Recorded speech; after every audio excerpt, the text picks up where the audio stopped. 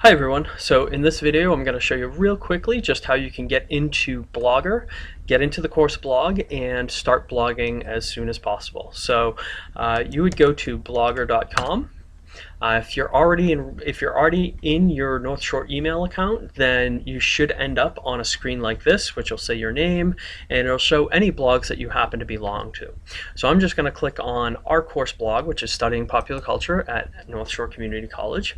And when you come in here, your left bar isn't going to be as substantial as this, but you should see this big orange button, which is new post, as well as posts. And these are really your two most important buttons within the course blog for what you're going to do. So if you're coming in and you're needing to post, right there, that big orange button, you're going to click on that, and already you are into being ready to write your first blog.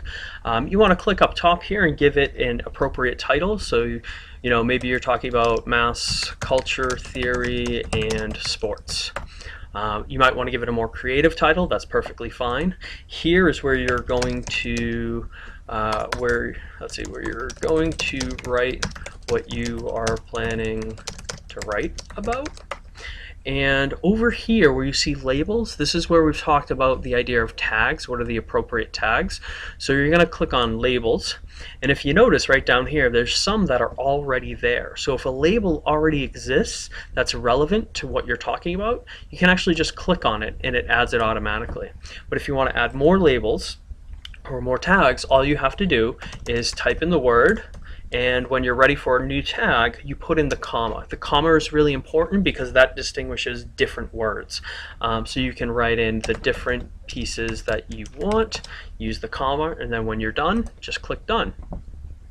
Again, in this white space here, you can continue to add all the text that you want, but say you want to make something into a link, you just simply highlight it and you click on the link button and you put in the address. So I'll just put in the North Shore Community College address, and usually it defaults to, but you generally want to make sure that the link opens in a new window. Then you click OK, and notice it's underlined, so that tells you that it is a link. If I click on it, it'll tell me, oh, it is a link. So the other thing I can also do in here is I can also add images. So I can come up here to this bar and I can click on this insert image, and they're going to give me several different options. I can choose from files that I have on my desktop or on my hard drive. Any images from this blog I could reproduce. I can see if there's anything on Picasa, or I could potentially grab it from my webcam if I wanted a picture of me, or if I had the URL of a particular image. So a couple different options there.